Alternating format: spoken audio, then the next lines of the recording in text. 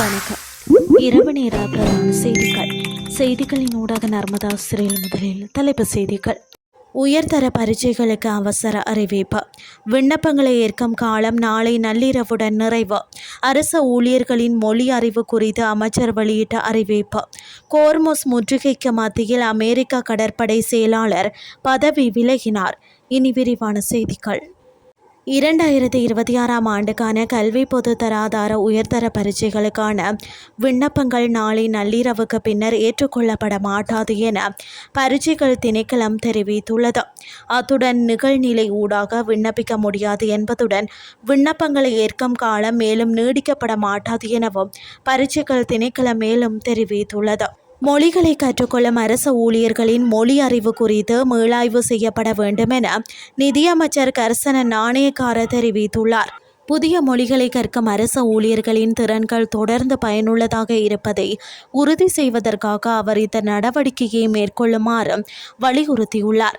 தேசிய மொழி கல்வி மற்றும் பயிற்சி நிறுவனத்தின் அதிகாரிகள் மற்றும் அமைச்சருக்கு இடையில் இடம்பெற்ற கலந்துரையாடலின் போதே அவர் இதனை தெரிவித்தார்.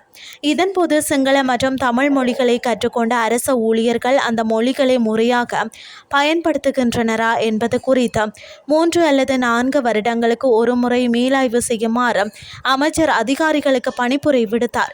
இந்த சந்திப்பில் நிதியமைச்சின் மேலதிக செயலாளர் வி மதுமதி, தேசிய மொழி கல்வி மற்றும் பயிற்சி நிறுவனத்தின் தலைவர் சந்திரா விக்ரமசிங்க, அதன் பணிப்பாளர் நாயகம் சிமிந்த மகலேகம் உள்ளிட்ட அதிகாரிகள் பலரும் கலந்து கொண்டனர். இனி வெளிநாட்டு செய்திகள். கோர்முஸ் நீரிணையை மையமாக கொண்டு ஈரானுடன் டொனால்ட் ட்ரம்ப் நடத்தி வரக்கூடிய தொடர் மோதலுக்கு மத்தியில் அமெரிக்க கடற்படை செயலாளர் தனது பதவியிலிருந்து விலகியுள்ளார். முக்கியத்துவம் வாய்ந்த வர்த்தக நீர்வழி பாதை தொடர்பாக ஈரானுடன் ட்ரம்ப் நடத்தி வரும் மோதல் தொடர்ந்து வரும் நிலையில் ஜான் சி பெலன் புதன்கிழமை பிற்பகல் தனது உயர்மட்ட இராணுவ பதவியிலிருந்து விலகினார்.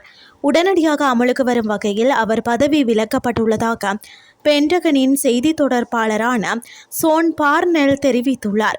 கடற்படை துணை செயலாளர் கங் காவோ தற்காலிக செயலாளராக பணியாற்றுவார் என்று அவர் கூறியுள்ளார். ஈரானுடனான அமெரிக்க இஸ்ரேல் போர் மற்றும் கோர்முஸ் நீரிணை மீதான அமெரிக்காவின் தொடர்ச்சியான முற்றுகைக்கு மத்தியில் அவரது பதவி விலகல் இடம்பெற்றுள்ளது. அமெரிக்க கடற்படை செயலாளர் ஜோன் பெலனின் விலகலுக்கான காரணத்தை கடற்படை தெரிவிக்கவில்லை. மேலும் 2 இராணுவ அதிகாரிகளான ஜெனரல் டேவிட் ஹோட்னே மற்றும் மேஜர் ஜெனரல் வில்லியம் கிரீன் ஆகியோர் அண்மையில் பதவி விலக்கப்பட்டிருந்தமை குறிப்பிடத்தக்கது.